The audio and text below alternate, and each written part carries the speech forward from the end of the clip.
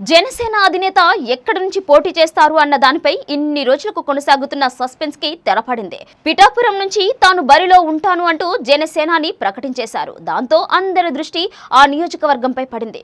పవన్ కళ్యాణ్ బరిలో దిగుతూ ఉండటంతో ఆయన్ను ఓడించేందుకు వైసీపీ ప్రణాళికలు సిద్ధం చేస్తోంది. కొత్త వ్యూహాలకు తెరపైకి తీసుకుని వస్తోంది. కాకినాడ జిల్లా పిఠాపురం నియోజకవర్గం ఇప్పుడు ఏపీ రాజకీయాల్లో టాక్ ఆఫ్ ద టౌన్ గా మారింది. అందుకు కారణం జనసేన అధినేత పవన్ కళ్యాణ్ అక్కడి నుంచి పోటీ చేస్తూ ఉండడమే. మరి ఈసారి ఎంపీగా పోటీ చేస్తారా, ఎమ్మెల్యేగా బరిలో దిగుతారా అన్న సస్పెన్స్ కు పటాపంచలు చేస్తూ కీలక ప్రకటన చేశారు పవన్ కళ్యాణ్. తాను పిఠాపురం అసెంబ్లీ నియోజకవర్గం నుంచే పోటీ చేస్తాను అంటూ ప్రకటించేశారు. తనకు ఎమ్మెల్యేగా పోటీ చేయాలని ఉందని, ఎంపీగా బరిలోకి నిలిచే ఆలోచన ప్రస్తుతానికి లేదని ఆయన స్పష్టం చేశారు. 2009 ఎన్నికల్లో పిఠాపురంలో ప్రజారాజ్యం పార్టీ విజయం సాధించింది. ఆ పార్టీ నుంచి బరిలో దిగిన వంగగీత టీడీపీ నాయకుడు విఎస్ఎన్ వర్మపై 1000కి పైగా ఓట్ల తేడాతో ఆమె గెలుపొందింది. ఆ ఎన్నికల్లో కాంగ్రెస్ నుంచి పోటీ చేసిన కాపు ఉద్యమ నేత ముద్రగడ 43,000 పైచిలుకు ఓట్లతో 3వ స్థానంలో సరిపెట్టుకున్నారు.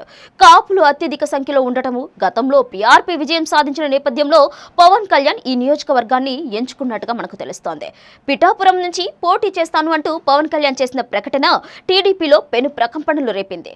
స్థానిక నేత వర్మకే టికెట్ ఇవ్వాలి అంటూ టీడీపీ శ్రేణులు రోడ్డెక్కడం దుమారం రేపింది.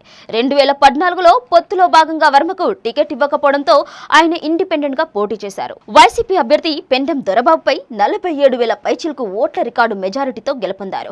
ఆ ఎన్నికల్లో టీడీపీకి కేవలం 15,000 పైచిలుకు ఓట్లు మాత్రమే వచ్చేశాయి. ఇక వ్యక్తిగతంగా బలమైన నాయకుడు వర్మ ఇప్పుడు టీడీపీ రెబెల్ గా బరిలోకి దిగితే సమీకరణాలు మారిపోవడం ఖాయమని అంటున్నారు రాజకీయ విశ్లేషకులు. పిఠాపురం నియోజకవర్గంలో దాదాపు 30% వరకు కాపు సామాజిక వర్గానికి చెందిన ఓట్లు ఉన్నాయి. ఆ తర్వాత మాలెలు 12% వరకు ఉన్నారు.